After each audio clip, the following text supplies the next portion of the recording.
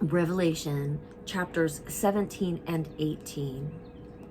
One of the 7 angels who had the 7 bowls came and said to me, "Come, I will show you the punishment of the great prostitute who sits by many waters. With her, the kings of the earth committed adultery, and the inhabitants of the earth were intoxicated with the wine of her adulteries." Then the angel carried me away in the spirit into a wilderness. There I saw a woman sitting on a scarlet beast that was covered with blasphemous names, had 7 heads and 10 horns. The woman was dressed in purple and scarlet and was glittering with gold, precious stones, and pearls. She held a golden cup in her hand filled with abominable things and the filth of her adulteries. The name written on her forehead was a mystery: Babylon the Great, the mother of prostitutes and of the abominations of the earth. I saw that the woman was drunk with the blood of God's people, the blood of those who bore testimony to Jesus. When I saw her, I was greatly astonished. Then the angel said to me, "Why are you astonished? I'll explain to you the mystery of the woman and of the great beast. She rides, which has the 7 heads and 10 horns. The beast which you saw once was, now is not, and yet will come up out of the abyss and go to its destruction. The inhabitants of the earth, whose names have not been written in the book of life from the creation of the world, will be astonished when they see the beast, because it once was, now is not, and yet will come. This calls for a mind with wisdom. The 7 heads are 7 hills on which the woman sits. They are also 7 kings. 5 have fallen. 1 is, the other has not yet come. But when he does come, he must remain for only a little while. The beast who once was and now is not is an 8th king. He belongs to the 7 and is going to his destruction. The 10 horns you saw are 10 kings who have not yet received a kingdom, but who for 1 hour will receive authority as kings along with the beast. They have one purpose and will give their power and authority to the beast. They will wage war against the Lamb, but the Lamb will triumph over them, because he is the Lord of lords, the King of kings, and with him will be his called, chosen, and faithful followers. Then the angel said to me, "The waters you saw where the prostitute sits are peoples, multitudes, nations, and languages. The beast and the 10 horns you saw will hate the prostitute. They will bring her to ruin and leave her naked. They will eat her flesh and burn her with fire, for God has put it into the hearts to accomplish his purpose by agreeing to hand over the beast. Their royal authority under God's words are fulfilled. The woman you saw is the great city that rules over the kings of the earth."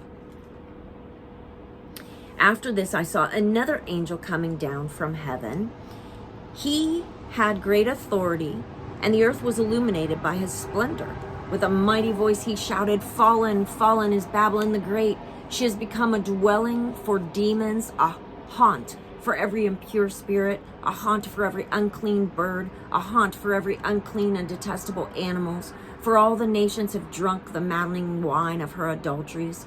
The kings of the earth committed adultery with her, and the merchants of the earth grew rich from her excessive luxuries."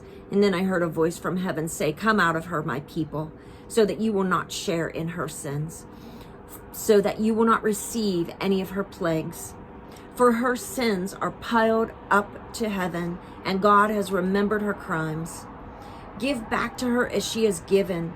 Pay her back with double for what she has done. Pour her a double portion from her cup.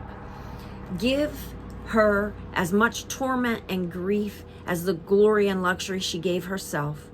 In her heart she boasts, 'I sit enthroned as queen. I'm not a widow. I will never mourn.' Therefore in one day her plagues will overtake her. death, mourning, and famine. She will be consumed by fire, for mighty is the Lord God who judges her. And when the kings of the earth who committed adultery with her and shared her luxury see the smoke of her burning, they will weep and mourn over her. Terrified at her torment, they will stand far off and cry, "Woe to you, great city, you mighty city Babylon! In 1 hour your doom has come." The merchants of the earth will weep and mourn over her because no one buys their cargoes anymore. Cargoes of gold, silver, precious stones and pearls, fine linen, purple, silk, and scarlet cloth, every sort of citron, wood, and articles of every kind made of ivory, costly wood, bronze, iron, and marble, cargoes of cinnamon and spice, of incense, myrrh, and frankincense, of wine and olive oil, of fine flour and wheat, cattle and sheep, horses and carriages, and human beings sold as slaves. They will say, "The fruit you longed for is gone from you. All your luxury and splendor have vanished, never to be recovered." The merchants who sold these things and gained their wealth from her will stand far off, terrified at her torment. They will weep and mourn and cry out, "Woe, woe to you, great city, dressed in fine linen, purple and scarlet, and glittering with gold, precious stones and pearls. In 1 hour, such great wealth has been brought to ruin." Every sea captain and all who travel by ship, and sailors and all who earn their living from the sea will stand far off. When they see the smoke of her burning, they will exclaim, "Was there ever a city like this great city?" They will throw dust on their heads and with weeping and mourning cry out, "Woe, woe to you, great city, where all who had ships on the sea became rich through her wealth. In 1 hour she's been brought to ruin. Rejoice over her, you heavens. Rejoice, you people of God. Rejoice, apostles and prophets, for God has judged her with judgment that she imposed on you."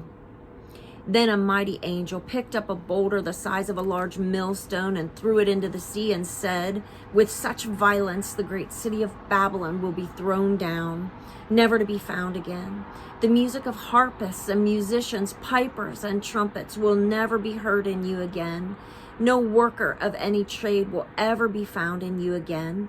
The sound of a millstone will never be heard in you again.